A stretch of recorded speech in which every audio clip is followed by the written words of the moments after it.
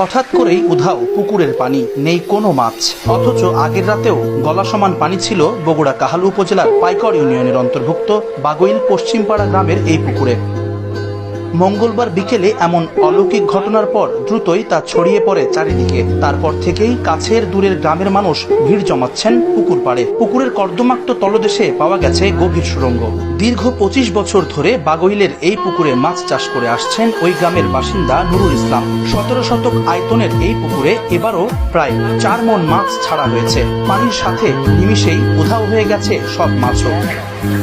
পুকুরের মালিক নুরুল ইসলাম জানান, গত বৃহস্পতিবার বিকেলে হঠাৎ করেই পুকুরের ঠিক মাঝখানে বুদবুদ উঠতে থাকে। তিনি ভেবেছিলেন তীব্র দাবদাহের কারণে এমনটা ঘটছে। ক্রমাগত বাড়তে বাড়তে সোমবার বিকেলে হঠাৎ করেই পানি 10 থেকে 15 ফুট উঁচু হয়ে লাফিয়ে উঠতে শুরু করে। এতে আতঙ্কিত হয়ে পড়ে আশেপাশের লোকজন। হঠাৎ এমন ঘটনায় প্রায় 4 লাখ টাকার মাছের ক্ষতি হয়েছে বলে দাবি পুকুরের মালিক নুরুল ইসলামের।